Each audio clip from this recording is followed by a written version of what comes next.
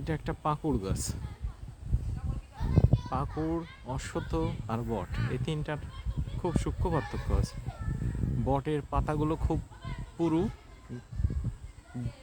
ডিম্বাকৃতির, পাতার সুচালো অংশ নেই, অনেক ঝুরি হয়। আর অশ্বত্থ গাছের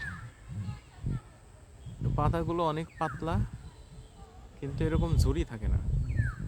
আর প্রকৃতির কি অদ্ভুত খেয়াল, বট আর অশ্বত্থ এই দুটোর সংকরায়নে তৈরি হয় পাকুড়।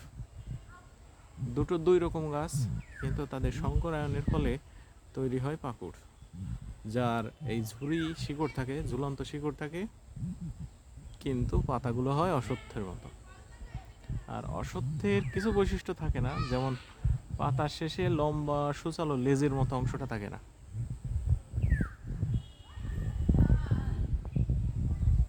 এখানে কত ঝুরি!